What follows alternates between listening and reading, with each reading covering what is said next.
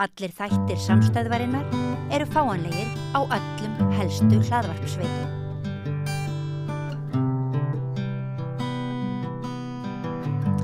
Já, komið sæl og velkomin að Rauðaborðinu. Ég heiti María Lilja og hjá mér Jóhannes Sturluson, líffræðingur og hjá Laxfiskum, rannsóknar maður. Er það ekki rétt titlað? Jú, ég með þetta rannsóknar fyrirtæki Laxfiska. Það hefur borið svolítið á laxafréttum. Síðasta vika var svona svolítið undirlögð og þú áttu nú þinn þátt í því. Hefur verið að taka sýni meðal annars af fiskum sem hafa verið að hafa fundist í ám og ekki þótt svona eðlilegir. Já, nei, það eru þessir sjókvíaldislaxar eins og vitna til. Þeir gerðu vart fyrir sig, sást fyrst á mynd hjá veiðmanni í Haukadalsá og það var brugðist skart við, stangveiðifélag Reykjavíkur sem leigir stangveiði réttin í ánni og veiðifélag Haukadalsár. Fengum við til að fara á svæðið sama kvöld og það nú stutt nóttin þessa sumarvikurnar þó að það sé nú fara að halla hausti en ég veiði sem sagt í náttmyrkri með ljósi og mér gafst færi á að kíkja á aðstæður þarna varðandi þessa sjókvíalaxa og náði 2 og svo einhverjum 6 sem voru á þessu stærðabili sem að sjókvíaldislaxarnir voru af sem ég tók til að geta fyrst að vera ekki sýni af líka. Þannig að já, ég fór þarna síðan til þess að kannski að klára hvernig þetta gekk fyrir sig. Þá var það nú þannig að sjálfboðaliðar á vegum Verndarsjóðs villtra laxa eða sem heitir North Atlantic Salmon Fund fóru daginn eftir nokkrir með net og dró á og þá bættist einn sjókvíaeldislax við og síðan var einn gruggur veittur í net upp í vatni fyrir viku og ég fekk hausinn á honum. Þannig að þessi sýni eru öll komin í greiningu hjá Matís og væntanlega fæ ég niðurstöðurnar í vikunni og þá greini ég frá því þá erum við að tala hvaðan þeir eru upprunnir, það er að segja úr hvaða sjókvíum. Ég er búin að greina þá samkvæmt útliti og að hluta til samkvæmt reistri þannig að þeir séu sjókvíaeldislaxar og svo kemur hitt á daginn en kannski bara til þess að Getur þú þá greint, bara nú spyr ég eins og leikmaður, getur þú þá greint úr hvaða kví þeir koma með sýninu?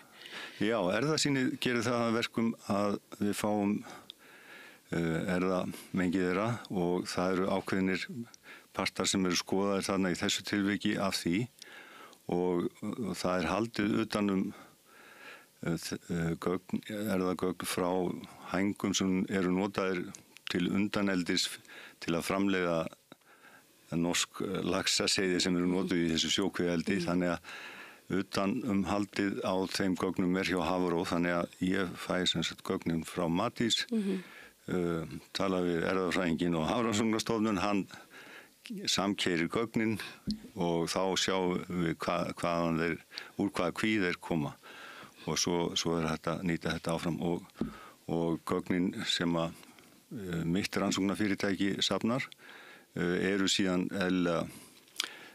nýtt inn í gagnagrunn á landsvísu yfir þessa fiska því það er landshagur að þetta sé allt á einum stað en það eru 2 aðilar í rannsóknum á sjókvíaeldislaxum hérlendis, það er Hafrannsóknastofnun sem er stóri bróðir og svo mitt rannsóknarfyrirtæki en það er þegar að vera að tala það er verið að tala þetta margir fiskar og hitt þá er þetta erfitt að stramma sig af hvað þýðir það. Við vitum í fyrsta lagi að það er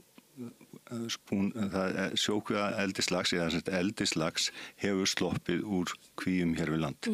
Það er fyrsta stigið í þessar alvarlegu stöðu sem nú er uppi og þá kemur upp spurningin í hvaða mæli og hvaðan og það og það er dálítið athyglivert reyndar að alltaf skal þetta vera með sama laginu. Það er að segja þeir sjást fyrst í ánum og þá einhvern veginn allt í einu dúkka upp upplýsingar, jú það var akkurat gat hérna á einni kví eða tveimur eða hvað það var. Og það þá upplýsingar sem koma frá hennu opinbera eða það frá fyrirtækjunum sjálfum? Það frá fyrirtækjunum sjálfum í þessu tilfelli sko kemur allt í einu, já það var hérna gat á kví hjá okkur og jú, býtu, hvenær var það gat komið? Já, það var nú tekin mynd af gatinu hérna 3. júlí en býtu við, 5 vikur setna þá koma upplýsingarna. Þetta auðvitað það sem maður fer fram á að sé rannsaka hvað veldur því að þetta sé svona því að kerfið, það alltaf verið að segja okkur að kerfið utan þetta sjókvíaeldi sem auðvitað stór hættulegur iðnaður sko af því að hann eyðileggur náttúrulandsins á landsvísu með erðamengun og innfjörða með annarri mengun. En okkur er alltaf sagt, já þetta orðið svo gott kerfi hjá okkur, það alveg sama hvar þú lítur á þetta, þá þetta að virka. En meiri segja það sem sko einfaldast og ætti að virka strax frá fyrsta degi þegar vandamálin byrja, það ekki að virka. Það til dæmis þetta. Af hverju voru þessar upplýsingar ekki komna fram? Jæja, menn koma kannski með einhverjar útskýringar því. Er tilkynningarskylda? Þá í auðvitað tilkynningarskylda og leyfin byggja á því og ég meina í rauninni á að taka starfsleyfi af aðilum eða ástunda svona trassaskap. En ég verð að bæta við, það líka nauðsynlegt að heyra núna, þetta mörgum dögum seinna, hvernig stendur á því að Matvælastofnun ekki búin að gefa út yfirlýsingar það hvað voru margir fiskar sem að hugsanlega slupp úr kvinni. Því að í þessu tilviki búið að slátra upp úr kvinni.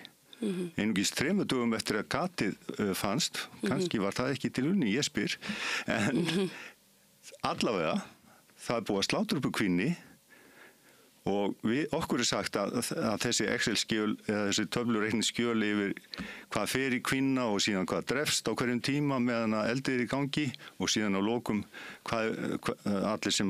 öllum fiski sem slátraðir að þetta sé allt lagt saman upp á fisk þannig séð og niðurstaðan liggi alltaf fyrir. En býtu við, það búið að slátra upp kvinni 5 vikum seinna vitandi að það er slysaslepping í gangi og hætt á ferðum í ámlandsins, varðandi erfðablöndun. Nei, það ekki ennþá komið, það engin æmt eða skræmt. Hver var fjöldin? Ef það var einhver óvissa, nú svona, af því að þetta svona, þá hljómar það þannig að það sé eitthvað slæmt mjöl í pokahorninu og ábyrgðin sko á að alveg sama hversu illa hefur gengið að ná í upplýsingar hugsanlega frá eldisaðalunum, þá ber Matvælastofnun fulla ábyrgð á því að vera ekki búin að tjá sig almennilegu málið. Vantar einhverjar upplýsingar, ef upplýsingarnir ekki nægilega marktækar sem eru til, þá að lágmarka birta þær og vera með þá fyrirvara sem á gögnunum og það gildir sko fjöldi laxana og stærðar bilið, bæði í lengd og þyngd því að menn verða að hafa aðeins fyrir sér sko af hverju eru þeir að leita og það nú ekki auðveldara en í þessu tilfelli því að það nýbúið að slátra fiskum þarna og það bara hægt að fara í bókhaldi býtu hvaða stærðir voru þetta. Þannig að þetta er svona sko...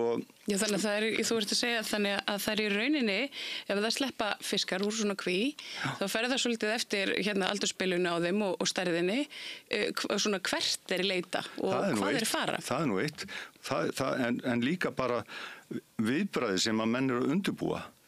Það skiptir öllum máli. Er þetta 100 fiskar? Er þetta 1000 fiskar? 2000? Fleiri? Það þarf að koma fram og það þarf ekki að fara að bjóða mann upp á það að það sé einhver skekkjumörk í gangi varðandi kví sem með fullorðnum fiski, við erum ekki að tala um seiði.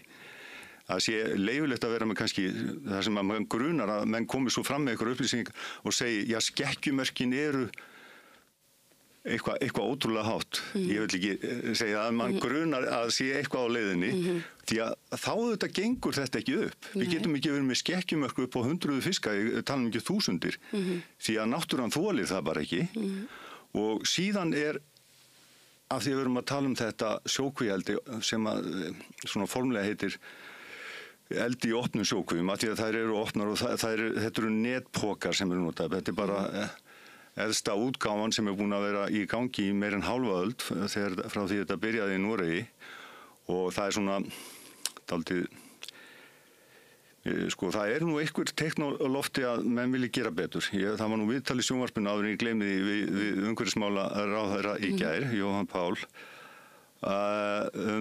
að það væri verið að útbúa eitthvað frumvarp sem væri, ég get ekki betur skilið en svo að það ætti að láta fjara undan þessu með einhverjum sólarlags ákvæðum, bara þessa hefðbundnu þetta hefðbundna eldi í netkvíum og annað tæki við, því að það eina sem að í rauninni getur bjargað málunum, því að meðan þetta stunda þá gengur ekki upp að vera að tala einhverja framþróuna svona. Ég sá að atvinnumálaráðherra datt í þann pitt að vera að tala að það væri bullandi framþróun á þessu sviði sem myndi hjálpa til. Sú framþróun búin að vera í gangi í hálfa öld og hefur ekki skilað neinu. Já, maður kannski má sín lítils ef að gögnin eru til staðar en það ekki tekið til þeirra eða... Já, það eitt, en framþróun, tæknilega framþróun, þú getur ímyndað, þú ert með netpoka, eins og þessar kvíar eru, og bara netpokar, alveg saman hvort þeir eru í trollum eða þarna eða annars þar, það kom alltaf gott á. Það ekki hægt að framþróa það. Þess vegna eru menn neyddir orðið í dag eins og það sem þetta leyft en þá, til að vera með lokaða sjókvíar. Þeir eru að færa sig sjálfur normenn í lokaða sjókvíar, búið að banna eldi í Kanada og víðar á viðkvæmustu stöðunum og bara á sömu svæðum algjörlega. Það ástæða fyrir því og ástæðan fyrir því að menn fari ekki í lokaða sjókvíar að því að þeir eru ekki neyddir til þess og þá að því að þeir græða minna að vera, þetta alltaf spurningin, hversu lengi erum við tilbúin að sætta okkur við það að menn geti sagt, já við þurfum að græða svo miklu meira heldur en að eðlilegt eða við þurfum að græða þetta mikið, jável þó að kosti náttúruna einhverja laxastofna og kannski alla á endanum, af því að við getum ekki sætt okkur við það að græða minna með því að nota lokaða sjókvíar eða að nýta landeldi þar sem að hægt að komast í vatn og heppilegt svæði fyrir það. Þetta á ekki að vera í boði og ég segi bara, það að stætt að gera meira segja með þetta rusl sem að sjókvíarnar eru, þá þetta, meðan það að fjara undan þessu, meðan menn sem ganga frá málum þannig að finna leiði til að hjálpa þeim út úr þessum geira þegar að þessum leifum lokið, það að segja svona, ef ég mann það rétt einhvers staðar kringu 2030, eða í kringum 3. áratuginn núna, það eru nokkur áriðast, þeir hafa nokkur að þá getum við nýtt þennan tíma og ég sé bara að ríkisstjórnin getur byrjað á því strax að framþróa stjórnsýsluna. Þar óplæður akur sem hægt að yrkja bara strax í dag. Bara láta kerfið virka, fyrsta lagi eftirlitskerfið sem að atvinnumálaráðherra var nú einmitt spurð úti núna í vikunni og svari var nú ekki nógu gott, þess vegna ætla ég að hjálpa henni aðeins með það. Það ekki eðlilegt að menn hafi eftirlit með sjálfum sér. Á þessu sviði þar sem þeir eru búin að sýna alveg endalösa, við getum kallað það bara eins og brotavilja. Því það brotavilji þegar þú stendur ekki þína plikt og veist að náttúran undir. Og svarið sem hún gaf að þeir hefur gott aðgengi, auðvitað hefur maður gott aðgengi að sjálfum sér, en eiga þá bara ekki allir að hafa eftirlit með sjálfum sér. Veitingageirin, hvaða geiri sem með þessi rök, þá getum við sleppt öllu opinberu eftirliti. Þetta einmitt staðurinn þar sem að opinbera eftirlitið ætti að vera algjörlega fölskvalaust og helst ríkisrekið, þannig að einhverju peninga geti ekki spilað inn í.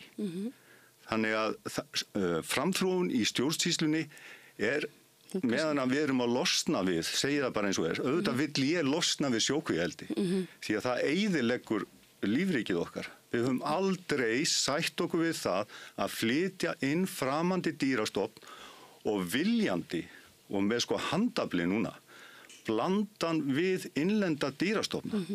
Við erum með framandi dýrastofn því að þetta Atlantshafslax, norski laxinn, en hann á allt öðrum uppruna en okkar og hann kynbættur áratugum saman líka í ofanlag og við erum að keyra hann inn og blanda við villtalaxinn sem búin að þróast árþúsundum saman, þróast til þess að aðlagast ákveðinu á, þróast ákveðnum ætisvæðum í hafi þróast að ám þar sem hann þarf að stökkva eða ekki stökkva og svo framvegis.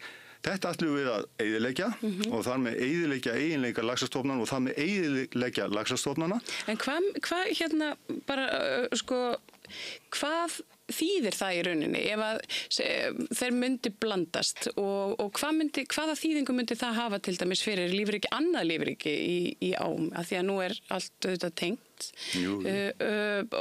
Myndi þeir síður ganga upp í árnar, hver er munurinn? Munurinn sá bara að þeim gengur verð að lifa af. Það er nú fyrsta versið og þeir munu verslast upp og ég er ekki að segja að við getum þetta setið eftir með einhverja norska stofna hérna all land sem er á allt öðrum meiði.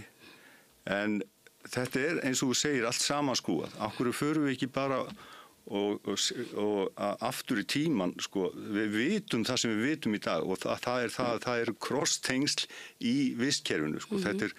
Þetta er fæðuvefur, þetta er svona allt samtengt og þegar þú ert að eyðileggja eitt, þá ert að hafa áhrif á annað. En svo ofan í kaupið, þá erum við með þessa laxastofna að þeir eru að berjast fyrir tilveru sinni í dag af því að það eru breytingar, umhverfisbreytingar sem við höfum heyrt mikið talað sem er í gangi og gera þeim lífið erfitt, bara svona í grunninn, erfiðara heldur en verið hefur. Við höfum kannski haft það svona skást kannski af þessum þjóðum sem eru með laxinn í sínum ám hérna á Íslandi, að segja má, bæði út af svona landfræðilegri staðsetningu okkar og síðan hérna út af því að við höfum hugsað vel laxastofnana og það er kannski ágætt að taka það áfram því að af hverju erum við Íslendingar hérna? Af hverju erum við þjóð? Af því að við höfum gengið nægilega vel lífríkið, náttúruna okkar. Og ætlum við loksins þegar við höfum alveg endalausa þekkingu á því hvað það þýðir að fara illa með náttúruna.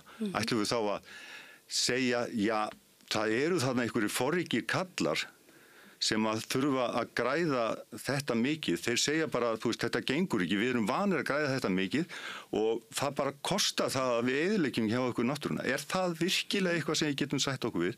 Ég segi nei og undanlátssemin er það mikil að það er búið að aflið sem þessir aðilar, þessi peninga aðilar hafa er alveg greinilega gríðalegt. Því að bara þegar að síðasta frumvarp var lagt fram, lagafrumvarp, og ég gekk nú þá fyrir atvinnum veganefnd þingsins til þess að miðla því sem ég veit þessi mál, þá var einmitt búið að fella burtu ákvæði sem bytu á þá. Af því að eins og ég nefndi nú með þessi viðtali hérna það peningasekti fyrir einhverja kalla sem maður veit ekki aura sinna tal og setja það bara í einhvern dálk, það skiptir engum máli. Þeir verða að missa réttin til að ala fiskinn til þess að skipta einhverju máli, eins og ég nefndi til skýringa hérna það ef einhverjir væri að keyra fullir á bílum og þeir sem væru ríki fengi alltaf að borga sig út úr því og hinir eru settir í steinur og mistu prófið. Ég meina, hvers konar bít eru það? Það vita allir hvað það hefur í för með sér. Þeir sem eiga nú pening, þeir halda bara áfram að keyra fullir. Og það er það sem þeir hafa gert í kvíaeldinu. Þeir keyra bara fullir að því leytinu til að eftirlitið með sjálfum sér sem er svona ægilega aðgengilegt og þægilegt fyrir þá, fyrir þá það skilar bara ekki því sem það á að skila.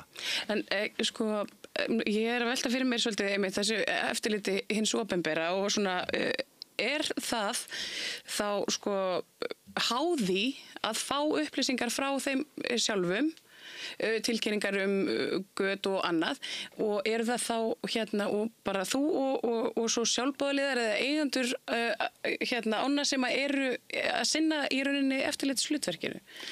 Í ánum er það þannig að þetta verður að koma fram annarkvort í veiði eða við eitthvað eftirlit svona, en í eftirlitshlutverkið í kvíinu það fer algjörlega fram af þeirra eigin hálfu og það er bæði þessi netbókamál, en það miklu meira því að við erum búin að heyra fréttir núna vikum og mánuðum og árum saman af því dýraníði sem á sér stað því að það 4/5 hver fiskur að veslast. Já, þetta er virkilega sorglegt að horfa á. Já, og það nú eitt. Hvar eiga mörkin að vera þar? Á þetta að fara niður í það annað hver fiskur drefst til þess að menn séu sáttu við að segja stopp. Eins það með drullun og skítin sem fer á botnin og drepur all lífríki þar. Svo það eiturefni sem eru notuð til þess að eyða laxalúsinni sem búið að vera bara á eilífum undanþáum núna sem átti víst aldrei að nota hér í upphafi að sagt var og þau eyðileggja krabbadýrin og annað og síðan allt upp í marflætnar í fjörunni því að þetta nú stutt undan landi og hitt og þetta og það eru fuglarnir og eins og við vorum að tala þetta er allt. Já, dæmin eru bara, við þurfum ekki einu svona að vera ganga í gegnum þetta allt sjálf, þetta vissum við þegar við byrjuðum á þessu. Ég meina við höfum þetta dæmi, minkaræktin fór nú svona. Já, en þetta sko miklu verra því að við lifum núna á 21. öldinni, við erum alla þessa þekkingu, við erum með dæmi frá Noregi, Kanada, hvar sem þessi iðnaður hefur verið það sem allt hefur farið til andskotans, við segjum bara eins og meirihluti ána erfðablandaður í Noregi mesta hættan sem steðjar á laxinum er þetta sjókvíaeldi og umhverfis áhrifinu þetta sem hann að gangi í gegnum eins og aðra lífverur og á þessum tíma að vera að velja það að bæta þessum ófugnuði við það er þetta gjörsamlega óásættanlegt þannig að núna verða menn bara að girða sig í brók og segja við bara finnum leið til þess að hjálpa þessum aðilum ef þeir vilja halda áfram í eldi þegar þessi sjókvíaeldis leyfi renna út með því að færa sig yfir í lokaða sjókvíar eða færa sig upp á land í landeldi en við ætlum ekki að láta náttúruna sem sagt fara til, við getum bara sagt, fjandans. Því að hvað laxinn annað en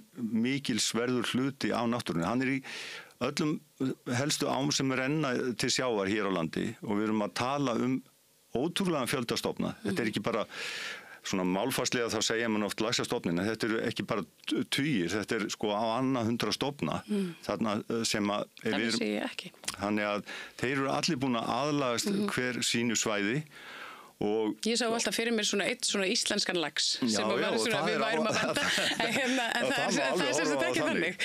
Nei, en þeir eru í rauninni allir jafn mikilvægir og við höfum engan rétt á að ákveða að þessi skuli lifa og þessi skuli deyja og það nú einn ángin á þessu að þegar ég tala að laga og fara í framþróun og stjórnsýslunni þá ég líka að tala framþróun á því sem að nota þar sem viðmið. Það eru þetta eins og mínar rannsóknir hafa sýnt að þá ekki sko nema tæplega helmingurinn af því sem að sleppur úr þessum kvíum tilkynnt. Það málið. Það alveg stór mál. En þegar það að sleppa svona, sko, nú kannski ég gerir mér ekki alveg grein fyrir því hversu margir einstaklingar eru í kví og svona þegar svona slysaslepping verður, sko, eru við að tala 100 fiska, 20 eða? Þetta verður 10.000. 10.000? Já, við erum bara þér að segja, sko, allar þessar ár og þegar að illa gengur hjá laxinum í hafinu og illa kannski gekk hjá seiðunum sem voru að ganga til hafs, þá getum við þessna verið með allt niður í 20.000 laxa hrygnandi hér í ánum. En við erum kannski frekar nærði að vera 40, 60 og þessna upp í 80.000. Já, ég er að meina í kvínum. Já, ég að tala hvað þetta sko hlutfastlega, að þá ertu bara með einni kví. Jável eins og, þú veist, meira heldur en í öllum af fjölda fiska. Þetta eru svo geggjaðu tölur. Svo spurningin sko hvað fer upp í árnar og ef við færum okkur aftur til þess sem að gerast núna þá eitt að við vitum að þetta alvarlegt bara leið og við sjáum þarna að það ekki bara einn, það eru 2, það eru 3 staðfestir á einum svæði í ánni, Haukadalsánni. Hvernig var þetta þá 2023? Það fóruðnilegt að fara til þess tíma. Þá fóru sérhæfðir kafarar eftir allt var komið í bál og brand yfir allána. Hvað skildu þeir hafa fundið marga? Þeir fundu 7 og náðu 5. Og eins var það með mig, ég sá fleiri en ég náði þarna fiskum. Þetta ískyggilega nærri. Hvað voru margir sem sluppu þá? Tæplega 3.500 að því sagt var, samkvæmt bókhaldinu. Núna eru þetta engar tölur komnar fram eins og ég nefndi. Búið að finnast eitthvað staðar annar staðar sjókvíaeldislax? Jú, í einni á í Skagafirði. býttu, hvernig var það þá 2023? Já, nákvæmlega í sömu á einn og nokkri til viðbótar. Þannig að við fyrstu sýn lítur þetta mjög illa út. Væntanlegur staður vandans, rót vandans vantanlega í dýraferði í þessari göðdóttu Kví Arctic Sea Farm sem nú sami aðilend takk fyrir og var að með þennan skussahátt þarna árið. Að það eru milli þessar staða þá kvíarinnar sem var í Patreksfirði og þarna núna í Dýrafirði, þetta eru bara, ég var að segja, mestalegi loftlínu einhverju 35 kílómetrar eða hvað þetta er.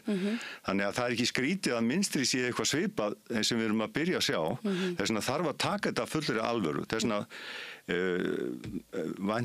vænti ég þess núna að atvinnuvega ráðherra gangi fram fyrir skjöldu, tali við sitt fólk og segi þeim að koma á framfæri í fréttum upplýsingum hve mikið vantaði í kvína. Ef það vantaði ekkert í kvína þá er nú enn frekar að segja frá því og ef það er eitthvað skekkjumörk, hver eru þau? Og ef þau eru eitthvað óeðlileg, hvernig stendur að það er leyft?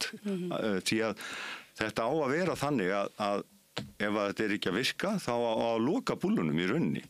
Þetta er mjög einfalt. Ég meina, ef þú veist að þú ert með 100 fiska, síðan slátrar upp úr kvinni og þeir eru bara 98, þá veistu að það vantar 2. Já, akkurat. Þannig að upplýsingar það liggja svo litið fyrir. Algjörlega og maður auðvitað fær roll, sko, að það skuli ekki vera að komna fram, því að vanalega þegar það gerist, þá er þetta sko algjörlega maðkað mjölið í pókahotninu sko. En málið er að þegar ég var að tala um framþróun og stjórnsýslunni það er sem sagt þetta eftirlitskerfið er í mólum en svo er líka þetta kerfi sem á að vernda villtalaxinn, það er ekki að virka og ég er búin að tala um það árum saman hversu handónýtt þetta áhættumat Hafrannsóknastofnunar er.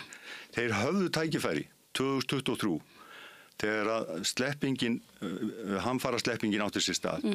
Þá gátuður... Það voru seiði, er það rétt muna hjá mér? Nei, það voru nefnilega fiskar og sömu stærð og stóri fiskar. Já, að þá gátu þeir sagt með kannski réttu, já, við gerðum okkar besta en við, af því að það kom svo glöggt í ljós, en áhættumatið okkar er greinilega handónýtt. En hvað gera þeir? Þeir eru ennþá að hanga á þessu handónýta áhættumati og samkvæmt lögunum þá átti að vera búið að afgreiða þetta áhættumat 2023. Það eru semst komið 2 ár síðan. Heyrðu, slysið á sér stað 2023 þá maður búist við að kæmi allavega bráðabirgða áhættumat svo að þeir sem að þurfa að verja sig, þeir sé róra, sem sagt veiðifélög og aðrir áreigendur. Nei, það er ekki komið enn. Og það er eitthvað sko, saman við þetta allt saman, því að sko...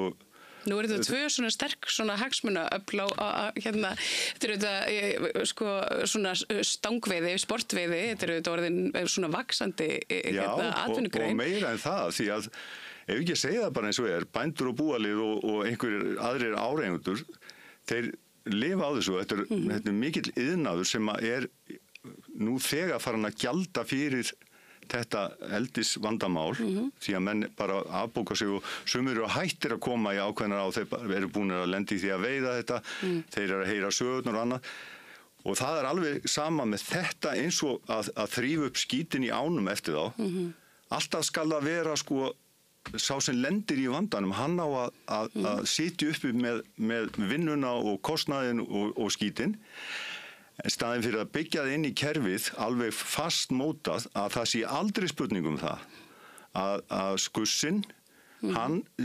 sé látin borga brúsan og það þýðir það eins og maður skrifast á við ráðuneyti og alþingismenn í gegnum tíðina að það þýðir ekkert að gefa afslátt á því alveg sama hvað þú ert með að hegningar ákvæðum og einhverjum ákveðnum fésektum fyrir eitthvað ákvæðum marga fiska eða hvað þú þarft líka húftryggingu, kaskótryggingu eins og allur iðnaður þarf að borga allstaðar sem mengar og þetta eru auðvitað alveg snar mengandi iðnaður. Nei, þeir eru ekki með eina einustu tryggingu í gangi Hvað skildi gerast ef að fyrirtæki fer á hausinn til dæmis sem að búið að valda okkur alveg óbærilegum spjöllum í náttúrunni? Það ekkit aftur tekið og þó að peningar leysi ekki allt, þá geta þeir hjálpa til að bæta skaðan og reyna að verja sig.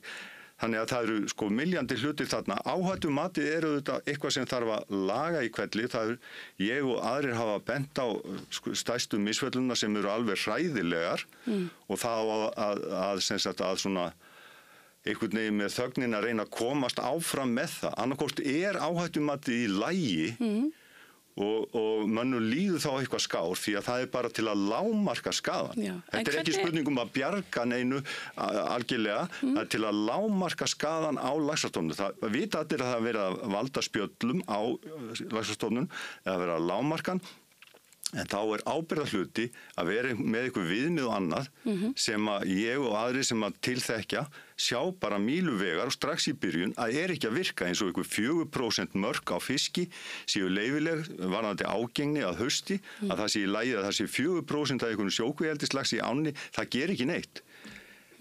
Bara segi mér eitthvað annað sko. En hvernig, nú kannski horfum ég mikið á Attenborough, en ekki hægt að taka bara eitt svona lax úr kví, slepp honum og fylgjast með honum, sjá hvernig hann hagar sér, hvert hann fer og kortleggja svona, þannig að ef það verður, ef þeir sleppa, þú ert betri í þessu en margur skal ég segja þér, því þú hefur þurft að vera þarna í vinnu upp að því.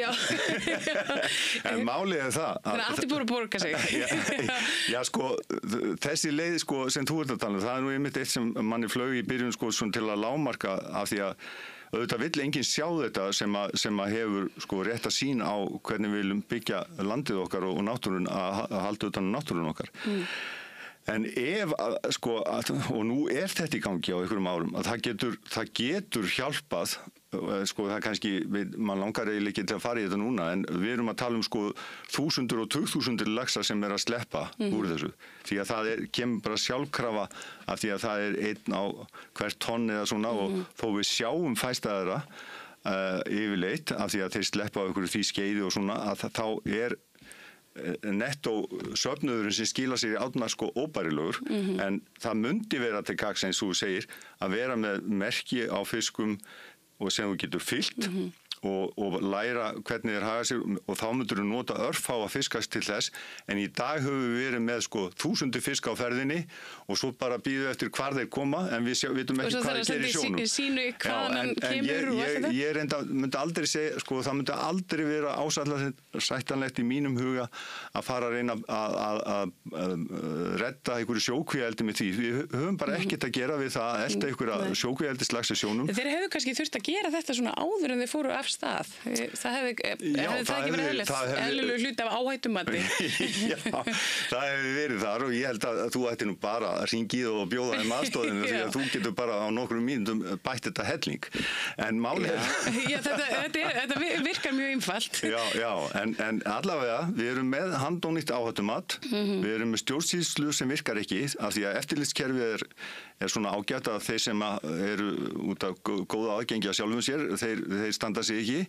Tilkynningaskyldan engin sko og síðasta dæmi auðvitað alveg hræðilegt sko að það skulle ekki enda að vera komið formlega fram hvað voru margir fiskar sem sluppu og þetta ber alltaf sama brunni, núna sem sagt falla öll til Dýrafjarðar eins og sagt og það gerir það líka í þeim skilningi að það verður ekkit aftur snúið með það að pakka saman þessum netkvíum og ég segi bara eins og senda með fyrstu ferð til Noregs og þeir geta þá endurnýtt þetta í einhverja pókastarfsemi þar. En þeir eru sjálfur farnir í lokaða sjókvíar, þeir eru sjálfur búin að banna meira eldi. Það búið að banna þetta í Kanada? Já, og það búið að banna þetta víða? Já, og það nú bara hægt aðeins að brýna okkar kjarnakonur í ríkisstjórnir sem ég hef fulla trú á því ég sko fyrir utan góð orð hans umhverfisráðherra í gær þá hef ég svo trú á þessum konum og einmitt hún nefnir Kanada, þar var náttúruverndarsinni Alexandra Morton sem er búin að gera kraftaverk og það þarf stundum sko ótrúlega elju til þess að stoppa svona hluti af. Og ég segi sko af því að þegar ég er að tala framþróun í stjórnsýslunni þá er það ekkit smáraði mikilvægt því að við erum svo óheppin að því að við erum svo það er ekkit svona illa ment hjá okkur í grunninn en við erum að henda inn umhverfis eftirlitinu inn í ráðuneytin sem sjá nytjamál. Eins og atvinnumála ráðuneytið er með sjávarfiskan okkar og ferskvatnsfiskana og þar er ekki bara nytjaparturinn af þessu, þar er umhverfisparturinn líka. Ég hef auðvitað talað fyrir því mörg ár að umhverfisráðuneytið myndi sjá það því að það eru andstæði pólar þarna, nytjar og hitt, svo versnar þetta helming þegar að þú ert með innan sömu stofnana eldi og ferskvatn og það dugar ekki af því að það kannski ekki alltaf allir sammál. Veitu hvað er gert þá? Auðvitað búið til deil sem heitir eldis og ferskvatns og hver skildi þá ráða, hvaða sjónarmið og hvað erum við ekki með? Umhverfisráðuneytið verður umhverfis, orku og auðlindaráðuneyti. Þetta enda með því að verður bara eitt ráðuneyti og eitt kall á toppnum eða kelling svo að sé auðvelt að stýra þessu öllu og þá getum við sleppt allir í náttúruvernd. Þannig að hún hefur svolítið svona það hefur komið mikið bakslag mitt í náttúruverndina. Það hefur búið að vera svolítið átaklegt að fylgjast með af því að það var auðvitað mikið hreyfing bara í kringum 2020 en síðan er bara eins og eftir COVID þá bara svona Já, það er sorglegt upp á að horfa og engin stjórnmálaflokkana í rauninni gerði þessi gildandi með náttúruverndarmálin síðast. Ég held að sé bara valla ákvæði í náttúruvernd í stjórnarsáttmálanum. Menn voru í hálfgerðu losti eftir framgöngu Vinstri grænna því miður þarna í síðustu ríkisstjórn þar sem að menn höfðu nú trú á því að myndi eitthvað hreyfa við þessum málum en ég, eins og ég segi, menn þurfa nú ekki að vera skilgreindir í náttúruverndar, hvorki menn eða náttúruverndarflokkar til þess að breyta rétt og þarna eru manneskjur sem að vilja vita alveg hvað er rétt og ránt og viljum við ekki íslenskri náttúru allt gott. Ef við viljum henni allt gott þá leggjum við af sjókvíaeldi eins hratt og hægt og við bara allt í lagi hjálpa þessum rekstraraðilum til að finna aðra leiðir til að ala auðveldan það, skulum við segja, en það er ekki eins og þeir séu peningalausir, það er alltaf eins og maður sé að horfa ykkur á staurblanka aðila, byrju hvað getum við gert til að hjálpa þeim? Þetta eru ríkustu menn veraldar, ríkustu fyrirtæki veraldar og það er alltaf verið að horfa á það eins og að við séum að stúta reksturinn hjá þeim. Já, en ég segði mér svona lokum, þú færð úr sínunum og segjum svo að þar komi í ljós að þetta sé úr tiltekinni kví. Hvaða þýðingu hefur það? Já, það hefur þá þýðingu, þá er þetta beina sjónum þangað varðandi að rekja sig áfram. Það er þá þekktur upphafspunktur. Síðan þarf auðvitað að ég er farin að halda að það þurfi ráðherra til allavega að kreista út þessar upplýsingar hvað vantaði í kvína. Matvælastofnun, það er auglýst núna, ég auglýsi eftir því við Matvælastofnun með hjálp vonandi ráðherra að þeir skili frá sér hvað vantaði í þessa blessuðu kví og ef það er ekki þessi kví, ef það kemur í ljós að þetta er einhver staðar annar staðar frá, þá kemur það allavega í ljós og þá beinum við sjónum okkar þangað. En viðbragðsáætlanir þurfa að taka mið af þessu auðvitað. Hvar byrjar vandinn og í hve miklu mæli sluppur laxar og við erum að tala um laxa af verstu gerð, alveg eins og 2023. Þetta eru laxar sem eru kynþroska og ég heyrði nú að hann var nú með ávæning af því þarna, eða ekkit ávæning, hann var bara að segja það að þeir varu algjöru snillingar í því að halda kynþroskanum niðri, hann sem stýri fyrirtækinu. En þeir sem ég veiti þarna nóttina, þeir voru kynþroska, þannig að snildin hefur brugðist þar ef þetta er frá þeim. Og það er búið að tala um þetta, það er eitt af þessum framþróunardæmi, það er búið að tala áratugum saman hversu vel er þetta að nýta ljósastýringu, það er hægt að nýta hana til þess að halda niður í kynþroska og annað.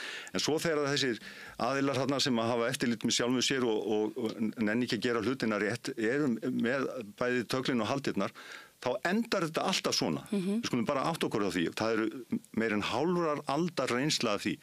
Hinn snildin með að þróa þetta netbókaævintýri er gelding. Ég meina, ég var að vinna á 9. áratugnum sko í fiskirannsóknum á síðustu öld og þá voru menn að gelda hérna bara þegar ég var að vinna upp í laxeldisstöðinni í Kollafirði og þá var maður á vegum ríkisins á veiðimálastofnun í gamla daga. Býtu, hvað voru menn að gera? Jú, það er ekkert vandamál að gelda þetta. En þetta bara vex miklu hægar, meiri afföll gjarnan. Hver nennir að græða minna?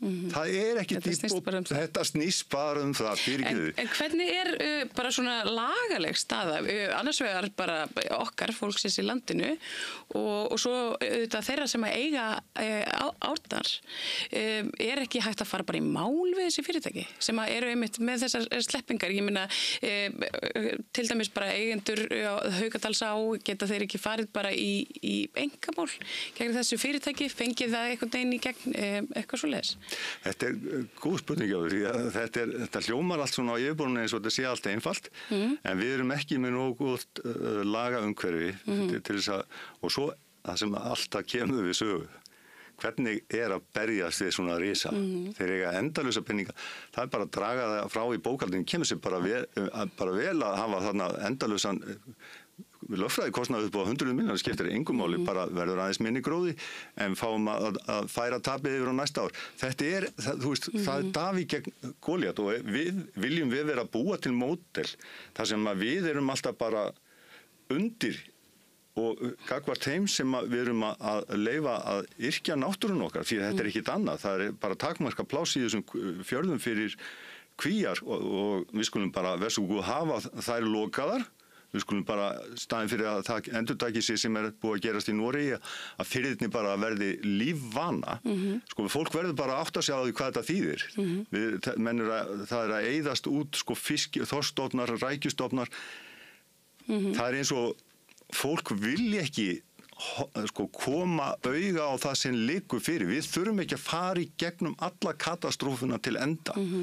Því að sko auðvitað vilja þeir það sem eru í eldinu því að akkurat á þeim tímapunkti þá sendaðu bara síðustu peningagreiðsluna heim til sín og eru farnir og skilja ruslið eftir og ruslið þá í þessu tilfelli er ónýtt náttúra, ekki kannski endilega netakvíarna sem við þurftum að farga svo sem en það meiri sér hugulegur að horfa á sko múrsteinsskorsteinuna eftir hvalfangarana sem sögðu skil við Ísland þegar við voru búin að rústa hvalastofnunum. En þá var ekki þekkingin til staðar, ekki frekar heldur en þegar við ofðutum síldina eða hvað það var, allt með hjálp Normanna auðvitað og reyndar í byrjun sjálfsagt gengur af öðrum stofnum hér eins og rostungstofnum dauðum sko áður en þeir fluttu síðan endarlega hingað til landsins.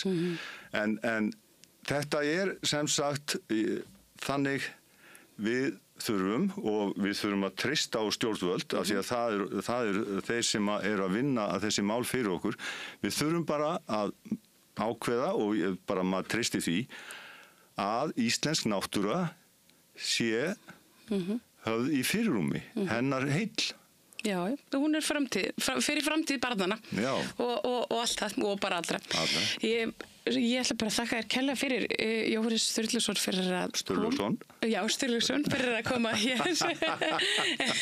Ég hefði gjarnan viljað vera reyndar eins og Snorri Sturluson, þetta er miklu svona meira grand. Og helst skildur hún. Já, það er reyndar, svolítið flott. Jóhannes Sturluson, náttúrufræðingur og líffræðingur. Þakka kærlega fyrir að koma hérna og ræða við mig og svara spurningum þessi miklu laxamál. Já, ég er ánægður að hafa fengið að koma og þetta skiptir svo miklu máli að fólk viti hvað þetta snýst og stjórnvöld taka auðvitað sínar ákvarðanir en það skiptir öllu að við setjum allar upplýsingar fram. Getur fólk sett sér í samband við þig eða þitt fyrirtæki ef það bara sér eitthvað óeðlilegt í ám landsins? Já, það er ég er með síman, það er mín skrifstofa og síðan er Hafrannsóknastofnun og Fiskistofa bara ekki hika við sko bara þann sem næst í öllu skiptir að ef það er einhverju grunsemdir að tjá þær og það er miklu betra heldur en að vera liggja einhverju sem kemur síðan á daginn að var vandamál. Það er eitthvað ónæði, það skiptir engum máli í þessu. Akkurat. Takk kærlega fyrir þetta og dokið við, það er meira hér handan við auglýsingar. Alþýðufélagið er frábær hugmynd. Félagsgjöld í Alþýðufélagið eru krónur 2.750 á mánuði og renna óskipt til dagskrár og útsendinga samstöðvarinnar. Samstöðin.is. Ég heiti Kristinn Sigmundsson og styð Samstöðina. Samstöðin er óháð sjónvarpsstöð sem fjallar þjóðfélagsmál á vandaðan og yfirvegaðan hátt. Ég skora á ykkur að styðja hana með því að gerast áskrifendur. Samstöðin er ómissandi.